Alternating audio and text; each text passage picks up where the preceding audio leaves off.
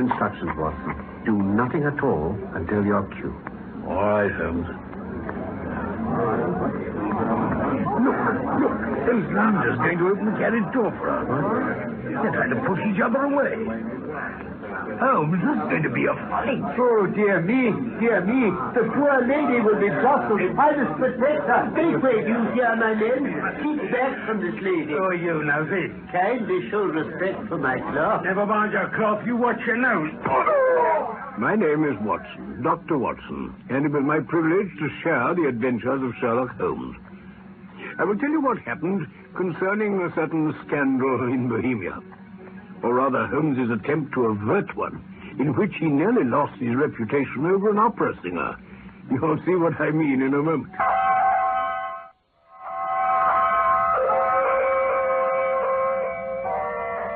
I've seen little of Holmes lately. My marriage had drifted us away from each other. I was seized with a keen desire to see Holmes again. I went without formality up to the chamber which had formerly been in part my own, and to my embarrassment found that he was engaged with a client, a man who could not have been less than 6 feet 6 inches in height, with the chest and limbs of a Hercules. I stammered my apologies and prepared to leave, but Holmes, with as little concern as if I'd been sharing his apartment still, waved me to close the door and characteristically set me to work. Adler. Watson, kindly look her up in my index. Yes, certainly, sir. Thank you. Pray continue, Your Majesty. Your Majesty? I am the Count von Kron. Your Majesty had not even spoken before I was aware that I was addressing Wilhelm Götzreich Sigismund von Ormstein, Grand Duke of Cassel-Palstein, and hereditary King of Bohemia. You are right, Herr Holmes. I am the King. Then, if Your Majesty would condescend to state your case... You understand, I am not accustomed to doing such business in my own person. So I have come incognito from Prague for the purpose of consulting you. Then pray consult. But first of all, let us elucidate one point. The friend who has become involved with this woman, Irene Adler... is, myself. Precisely. Herr Holmes, the circumstances are of great delicacy. It is necessary to take every precaution to avoid an immense scandal. Quite so. Watson? Yes, Holmes. Here we are. Adler, Irene, born New Jersey, 1858. The principal soprano, La Scala, Milan. Prima donna, Imperial Opera of Warsaw, retired from operatic stage, now living in London. Your Majesty, as I understand, became entangled with this young person, wrote her some compromising letters, and is now desirous of getting them back. Precisely. Was there a secret marriage? Any legal undertaking? Nothing of the sort. Then how can she prove the authenticity of the letters? My handwriting. Forgery. My private notepaper. Stolen. My seal. Imitated. My photograph. Bought. We were both in the photograph. Oh, dear. That is very bad. I was mad. Insane. It was 5 years ago when I was only crown prince. It must be recovered. It must. I fear Your Majesty must be prepared to pay whatever she is asking. She will not sell. Your Majesty, what does she propose to do with the photograph? Ruin me, of course. Oh, surely you know I am about to be married. To Clotilde Lotman von Saxe-Meiningen, second daughter of the King of Scandinavia. You may know the strict principles of her family. A shadow of doubt over my conduct would bring the matter to an end. And Irene Adler? Rather than I should marry another woman, there are no lengths to which she will not go. On Monday, my betrothal is to be proclaimed. On that day also, the photograph will reach my fiancé's hand. Monday? Your Majesty will, of course, remain in London. I should be all anxiety. Then, as to money... there are 300 pounds in gold and 700 pounds in notes. Thank you, Your Majesty. Yeah, yes. Your receipt? Thank you. By the way, what is the size of this photograph? Size? Why, it is large. I think you say a cabinet? Just so. And mademoiselle's address? Briony Lodge. Briony Lodge? Serpentine Avenue. Serpentine Avenue. St. John's Wood. St. John's Wood. Thank you. Then good night, Your Majesty. Good night, Holmes. I trust that we shall soon have good news for you. Holmes had no difficulty in persuading me to throw in my lot with him, as a result of which I was seated in his parlour all the following afternoon, waiting vainly for him to meet me there as arranged. It wasn't until 4 o'clock that the parlour door opened and admitted a drunken-looking groom with an inflamed side-whiskered face and disreputable sable clothes. I was about to expostulate when the groom suddenly burst out laughing. Oh, dear me, Watson, what an angry face. Holmes, You'll never guess what I've been doing. I can't imagine. There's a wonderful sympathy and Freemasonry among horsey men. Make them think you're one of them, and you will soon find out all there is to know. Well? I've been lending a helping hand to some of the ostlers of Serpentine News, St. John's Wood. Yes, in exchange for rubbing down a few horses, I received the sum of twopence, a glass of half and half, 2 fills of shag tobacco, and as much information as I could desire about Miss Irene Adler. Bravo, Holmes. What about her, then? Oh, she's turned all the men's heads down in that part. Daintiest thing under a bonnet on this planet, they say. She lives quietly, sings at concerts, drives out at 5 every day, and returns at 7 sharp for dinner. She has only one male visitor, but he calls every day. He's dark, dashing, and handsome, and he's a lawyer of the Inner Temple named Godfrey Norton. What's Norton got to do with the case? That's what I was asking myself when the gentleman himself drove up in a hansom and got down at Briony Lodge. He appeared to be in a great hurry, shouted to the cab to wait, ran to the door, and brushed past the maid with the air of a man who was thoroughly at home there. Perhaps she's his... After half an hour, out he dashed again. I quickly got near enough to hear him tell his cabby to drive like the devil to St. Monica's Church in the Edgware Road. Well, off they raced. And almost immediately, a neat little landau came up to the front door with the coachman with his coat only half buttoned and his tie under his ear, as though he'd had only about 30 seconds in which to get ready. And then Watson. The front door opened again, and out she came. Holmes, I only caught a moment's glimpse, but she was a lovely woman, Watson, with a face that a man might die for. Yes. Well, she ran out in as great haste as her visitor before her. You don't mean to say... Yes, off they tore for the church of St. Monica's. Yes. But this was too good to miss. Luckily to me, just then another cab came into the street. The driver looked twice at such a shabby fare as myself. As well, but I offered him double the fare if he could get me to St. Monica's in time. That made up his mind for him, and I don't think I've ever had a faster drive. Great heavens, Holmes. This beats the best. At any rate, they beat me. The cab and the landau were outside the church door when I arrived. I paid my man and hurried into the church. There, in front of the altar, stood 3 people. The 2 I'd followed, and a surpliced clergyman who seemed to be arguing with them. Suddenly, one of them spotted me, and all 3 turned round. To my surprise, Mr. Godfrey Norton came hurrying towards me. Oh, thank heavens. Do. Come. What? Come along. Why? What's up? Oh, come on, man. Don't stand there gaping. There's only 3 minutes or he won't be legal. Come again? Well, the vicar wouldn't marry us without a witness. Well, now you're here. We've got one. Come along. Oh, all right, Gov, if you say so. So, imagine me, Watson, having to stand there in this get-up and mumble responses. Yes, and vouch for all sorts of things I knew nothing about, and generally assist in the secure tying up of Irene Adler, spinster, to Godfrey Norton, bachelor. Oh, Holmes, I'd have given anything to be there. You see that? Well, yes. It's the sovereign the bride gave me for my pains. Yeah. I mean to wear it on my watch chain in memory of the occasion. All the same, Watson, this seemed to menace my plans seriously.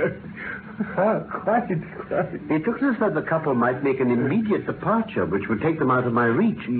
However, they separated at the church door. Separated? Yes. He ordered his cab to the temple, and I heard her tell him she would drive in the park at 5 as usual. Then she drove off home again. Extraordinary way to go on. Perhaps. At all events, this sudden marriage means that we cannot afford to wait longer before we act. Now, I shall want your cooperation this evening. Delighted. By the by, do you mind breaking the law? You know me, Holmes. Anything for a good cause. Oh, the cause is excellent. Now, it's nearly 5. When Miss Irene, or rather Madame, returns from her drive at 7, we must be at Briony Lodge to meet her. What then? You must leave that to me. I've already arranged what is to occur. You must not interfere, come what may. You understand that? I am to be neutral. To do nothing whatever. There will probably be some small unpleasantness. Do not join in. Oh.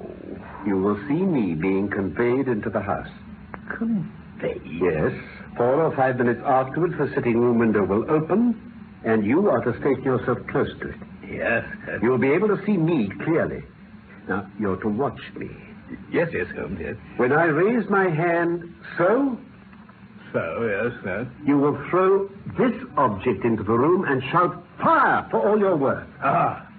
What is it, Holmes? It looks like a cigar. Rather a formidable weed, my dear doctor. No, it's an ordinary plumber's smoke rocket, fitted with a cap at either end to make it self-lighting. See? Yes, I see. Your task is confined to that alone. When you raise your cry of fire, it'll be taken up by quite a number of people. Yeah. You may then walk to the end of the street, and I will rejoin you in 10 minutes. I hope I've made everything clear. Allow me, Holmes. Especially in these parts. Guardsmen, nursemaids, idlers, a bit of everything. A microcosm of our poor world, my dear sir. Never mind them, Watson. Concentrate on trying to deduce where that photograph is hidden. Oh, well, indeed, Holmes. Perhaps she carries it on her. Come to think of it, the king said it was cabinet size, much too big to carry about. And he's had her waylaid twice. Could always happen again. I know. She's put it in the hands of her banker or her lawyer. I doubt it. Women are naturally secretive, and they like to do their own secreting. Well, she could trust herself to look after it, but who knows what influence the king might manage to bring to bear on her men of business. Besides, she's resolved to use it within a few days. It must be where she can lay her hands on it. In her house? Oh, it's been burgled twice. They didn't know how to look. How will you look, Holmes? I will not look. I will get her to show me. She refused. She won't be able to. See, here's her carriage. Now remember your instructions, Watson. Do nothing at all until your cue.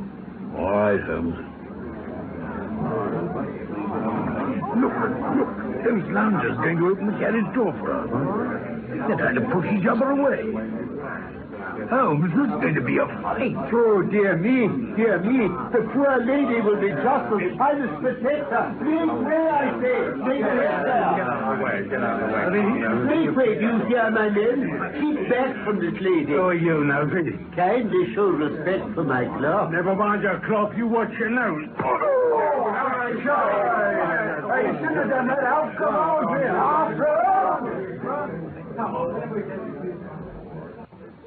Is the poor old gentleman much hurt? He's dead. No, there's life in him. Oh, he's a brave fellow. They'd have had that lady's purse and watch if it hadn't been for him.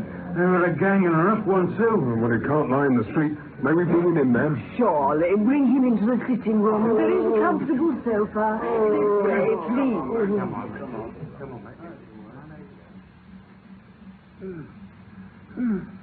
Oh, dear me. Are you feeling any better now? My nose. If only I could breathe.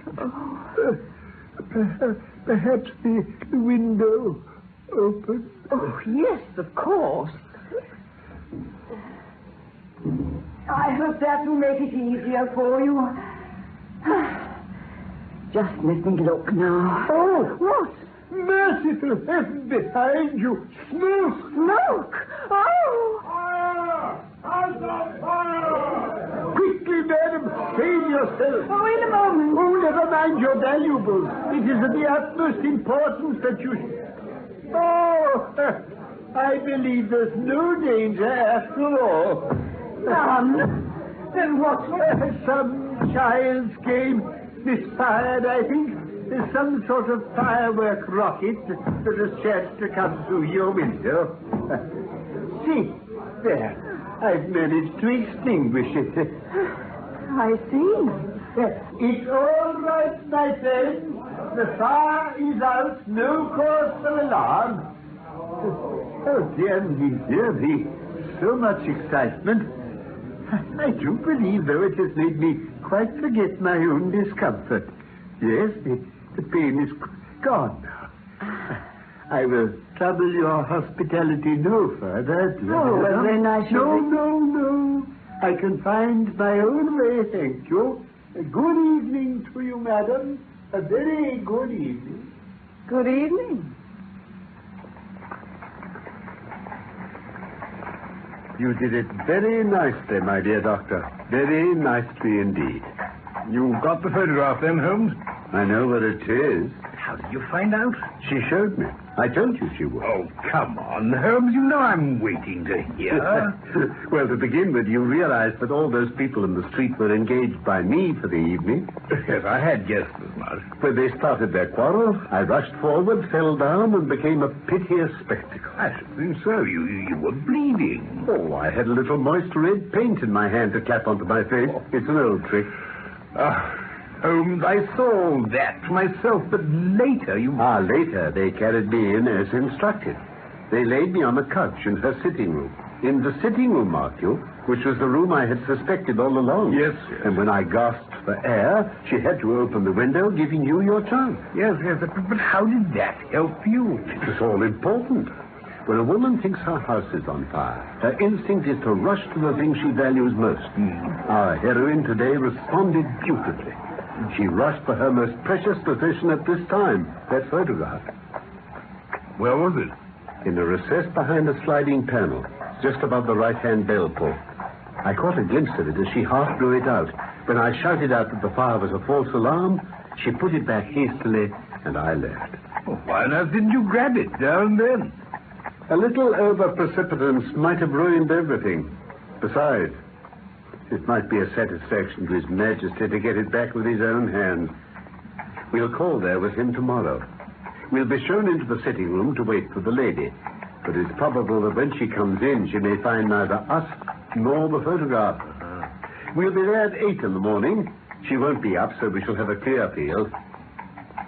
Now, here's our door, Watson. Oh, got your key?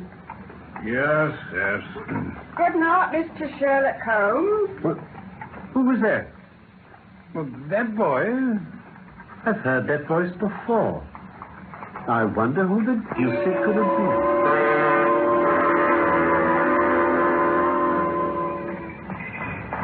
You've really got hopes, Herr Holmes. I have hopes. Then come, I am all impatience to hear. Your Majesty, Irene Adler is married. Married? When? Yes. Holmes? She married an English lawyer named Norton. But she could not love him. I'm in hopes that she does. In hopes that she... Why?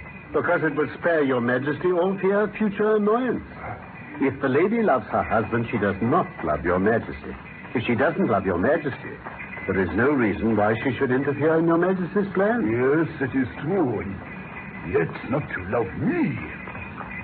Oh, well, she was not in my own station. But had she been so, what a queen she would have made. Is this the place? Yes, indeed, Your Majesty. This is Brownie Lodge.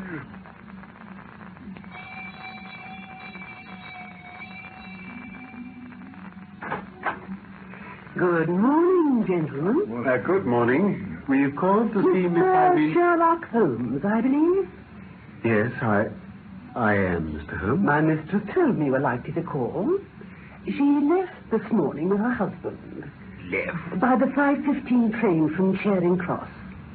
For the continent. Do you mean to say that she has left England? Never to return, sir. Holmes, the papers. We must search. Step aside, my good woman. We demand you pardon. My instructions were to let you do so, gentlemen. Then it means that all is lost. I think we'll go in all the same, if you please. Certainly, sir.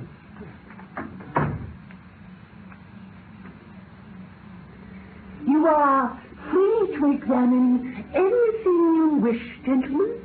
Thank you. If you will just ring when you are ready to leave. Very well. What's the use, Holmes? She'll have taken the picture with her. I fear so. But we'd better see for ourselves. Now, this is the sitting room. I'm ruined. Here is the panel.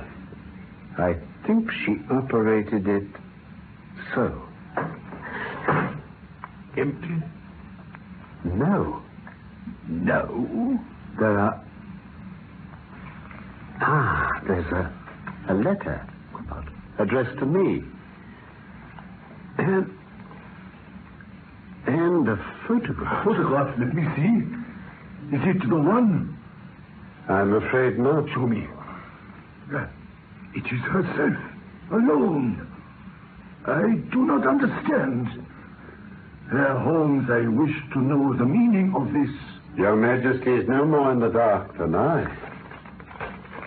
Perhaps the contents of this letter may afford some illumination.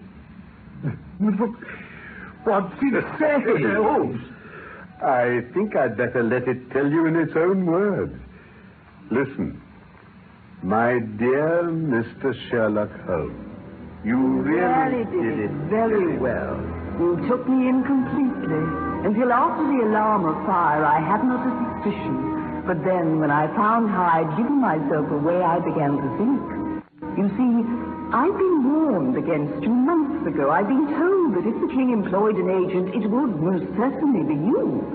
And yet, you made me reveal what you wanted to know. How could I be suspicious of such a dear, kind old clergyman? But you know, I've been trained as an actor myself.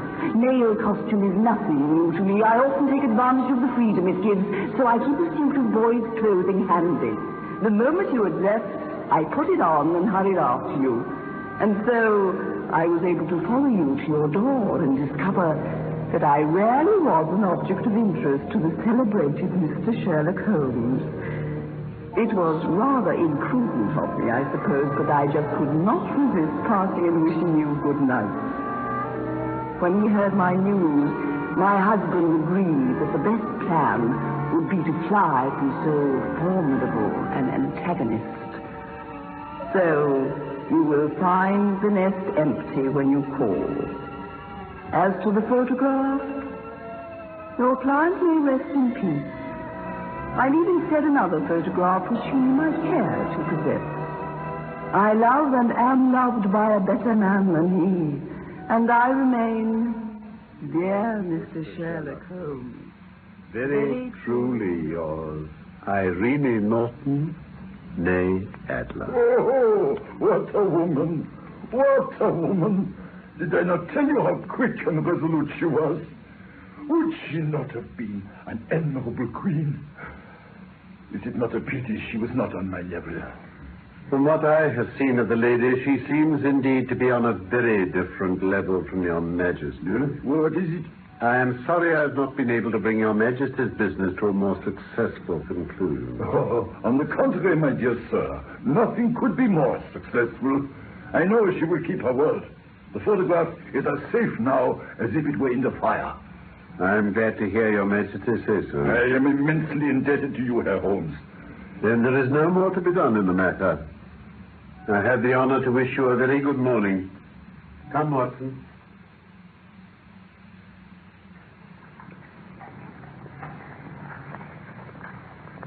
No doubt your relish for all that is bizarre and outside the conventions will move you to chronicle this little adventure for your admiring public. You just see, Holmes. You try to stop me. Oh, I shouldn't dream of it, my dear fellow. But be sure to tell them how the best plans of Sherlock Holmes were beaten by a woman's wit, and that he, who used to make merry over the cleverness of women, will think twice before he does so in future. You understand, Watson? Perfectly, Holmes. Perfect.